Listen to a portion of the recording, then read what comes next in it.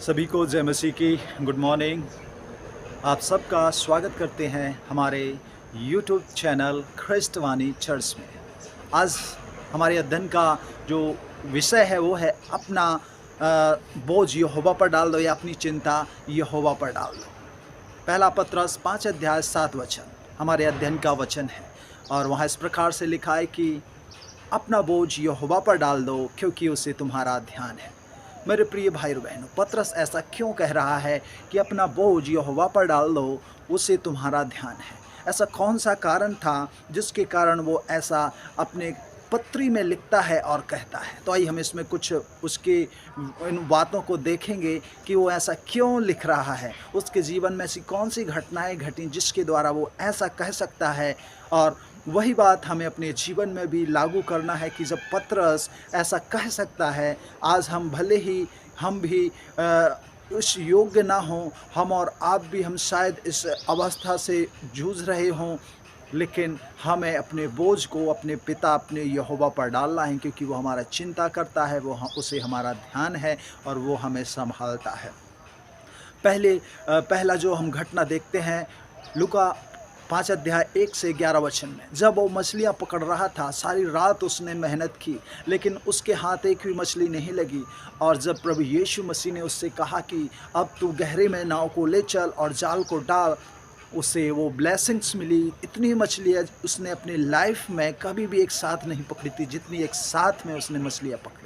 और इस बात को वो देखकर शायद उसके मन में विचार आया होगा कि जब उसने मछलियाँ घेर लाई तो उसे एहसास हुआ कि मैं एक पापी हूँ, और उस बात का उसे पूर्ण रीति से ये निश्चय हुआ कि जब हम असफल रहते हैं, ऐसे समय में जब हम वो हमें मार्ग दिखाता है, हम उस पर जब चलते हैं, हमारे जीवन में सफलताएँ। अर्थात पतरस ने अनुभव किया कि यीशु मसीह ही हमारी चिंता करता है। हमारी चिंता करने से हमें कोई भी फ़ायदा नहीं है, हमें कोई भी हम चिंता करके हम कुछ प्राप्त नहीं कर सकते, लेकिन यीशु मसीह ही हमारी चिंता करता है और वो हमारी असफलताओं में भी हमें और आपको सफलता प्रदान करता है। मेरे प्रिय भाई और बहनों, दूसरी बात, मत्ती 8 अध्याय और यदि हम 14 पद पढ़ते हैं तो वहाँ पर लिखा हुआ है पतरस की सास के विषय में। उसकी सास के विषय में एक घटना पाई जाती है कि पतरस ने देखा, वचन मत्ती 8 अध्याय और 14 वचन, पतरस ने देखा कि किस रीति से उसकी सास ज्वर से बुरी तरह बीमार थी और यीशु ने उसे तुरंत चंगाई दी और वह इतना बल प्राप्त कर ली कि तुरंत यीशु की सेवा टहल भी करने लगी। Praise God, hallelujah. मेरे प्रिय भाई और बहनों, पतरस ने देखा कि यीशु बीमारों की चिंता करता है। हमें और आपको बीमार लोगों की, अपने परिवार में कोई बीमार होगा तो उनकी चिंता करने के, हाँ, ये नहीं बोलते कि आप उनको एकदम छोड़ दो, नहीं, आप उनके साथ रहो, उनकी ज़रूरतों को देखो, लेकिन आप चिंता करके बीमारी को हटा नहीं सकते। आप चिंता करके उस बीमारी से उस व्यक्ति को चंगाई नहीं प्राप्त करा सकते। चिंता करने वाला तो खुदा है। और यहाँ पर हम पाते हैं कि पतरस ने देखा कि यीशु मसीह जो है बीमारों की चिंता करता है और चंगाई भी देता, साथ में बल भी प्रदान करता है। मेरे प्रिय भाई और बहनों, और उसकी सास, वहाँ लिखा है, तुरंत चंगी होकर इतना बल सामर्थ्य पा गई कि वो तुरंत यीशु मसीह की सेवा करने लगी। और इसीलिए वो खत में लिखता है, इसीलिए वो अपनी किताब में लिखता है कि अपना चिंता यहोवा पर डाल दो, हमें चिंता करने की आवश्यकता नहीं है। और तीसरी बात हम देखते हैं मत्ती 14 अध्याय और उसके 29वें वचन में, पतरस ने देखा किस रीति से प्रभु यीशु मसीह चेलों को बचाने के लिए रात को उस तूफान में क्या होते हैं, चलने का अनुभव देखा उसने, कि जब हम उस नाव में तूफान में घिर चुके थे, हमें लग रहा था कि हम नाश हो जाएंगे, हम अब दुनिया में जी नहीं पाएंगे। ऐसे समय में उसने अनुभव किया, उसने देखा कि मेरा खुदा, मेरा पिता, मेरा यीशु, मेरा यहोवा मुझे किस रीति से पानी पे चल कर आकर मुझे बचाता है। और यहाँ पर हम जब देखते हैं तो पाते हैं कि पतरस ने देखा प्रभु यीशु मसीह तूफान में भी अपने लोगों की चिंता करता है। आप शायद तूफान में घिरे हों।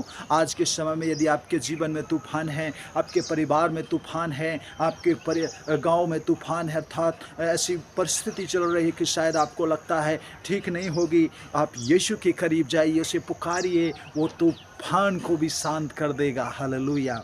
और आगे हम जब पढ़ते हैं तो चौथी बात, पतरस ने देखा जब प्रभु यीशु मसीह अपने एवं पतरस के लिए मंदिर का कर चुकाने के लिए पतरस को एक मछली पकड़ने को भेज देते हैं, तो वहाँ पर हम पाते हैं मत्ती 17:24 से 27 वचन में, और कहा पहली मछली के मुंह के अंदर एक सिक्का, चांदी का सिक्का मिलेगा और उसे देकर कर चुका देना। इस घटना से हमें जान पड़ता है कि पतरस ने ये इस बात को जाना होगा या इस बात का उसने अनुभव किया होगा कि हमारा प्रभु जो है सर्वज्ञानी है, सर्वज्ञानी परमेश्वर है, जो अभाव में अर्थात जो हम सोचते हैं वो भी हमारी चिंताएं करता है कि हमें क्या करना है, हमारी सारी ज़रूरतों को पूरा करता है। और यहाँ पर कर देने के विषय में जब यहाँ पर चर्चा चलती है तो यीशु मसीह बोलता है जाकर मछली पकड़ और मछली के मुँह में जो सिक्का मिलेगा वो जाके उसका कर तू चुका देना। और पतरस ने इस घटना से यह जाना कि हमारा प्रभु सर्वज्ञानी परमेश्वर है, उसे मालूम है कि कहाँ क्या मिलेगा। फिर हम चिंता क्यों करते हैं, वहाँ जाने पर होगा नहीं होगा, ये काम सफल होगा नहीं होगा। अरे अपना बोझ यहोवा पर डाल दो, उसे तुम्हारा ध्यान है, वो तुम्हारी चिंता करता है, वो तुम्हें संभालेगा, वो तुम्हारी ज़रूरतों को पूरा करेगा। मेरे प्रिय भाई और बहनों,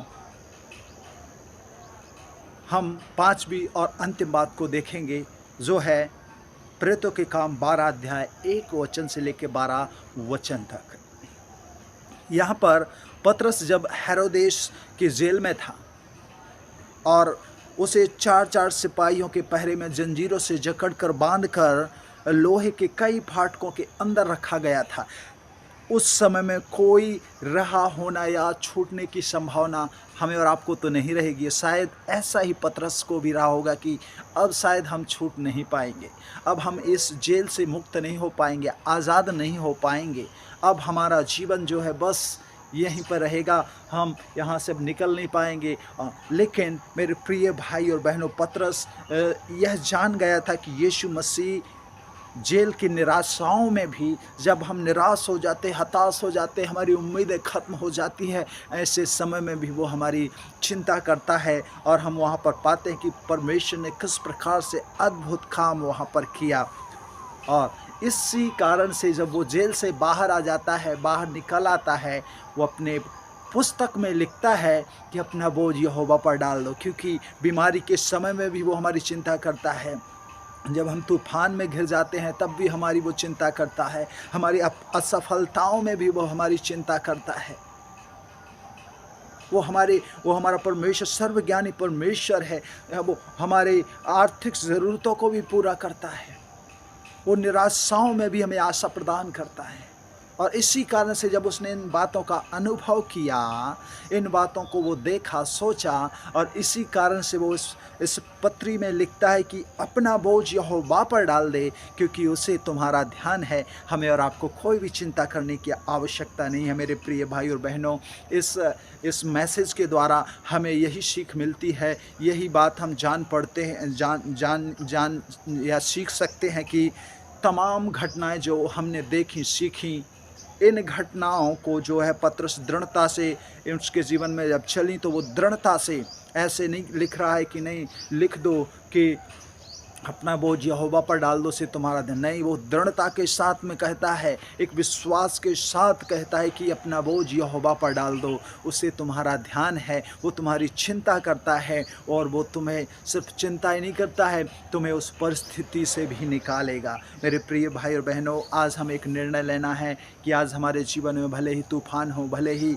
बीमारी हो, भले ही निराशा हो, भले ही असफलताएँ हो, अपना बोझ आज से यहोवा पर डाल दें। उससे तुम्हारी चिंता है, वो तुम्हें संभालेगा और तुम्हें तुम्हारे जीवन में एक नई चीज़ों को प्रदान करेगा। वो हमें कभी ना छोड़ेगा और ना त्यागेगा है, उसका प्रॉमिस है। उसे हमारा ध्यान है, मेरे प्यारे भाइयों बहनों, आज हमारे जीवन में कैसे भी सताव हो, कैसे भी परेशानियां हो, आइए हम इन वचनों को हिसाब से सुने, बांधें और इन वचनों जो आज मैंने बताए हैं, जो पढ़े हैं हमने, जो बाइबल में से जिन पदों को पढ़े हैं, जब आपके जीवन में ऐसी निराशाएं रहें, इन वचनों को अपनी हिम्मत बना लें, इन वचनों को अपनी ढाल बना लें और इन वचनों को लेकर उन समस्याओं का, उन सारी चीज़ों का आप सामना करें। प्रभु आपको उन सारी समस्याओं से आज़ाद करेगा और आपके जीवन में एक नया मार्ग, नई ज्योति प्रकाशमान होगी। प्रभु आप सबको बहुत बहुत आशीष दे। जय मसीह की। God bless you.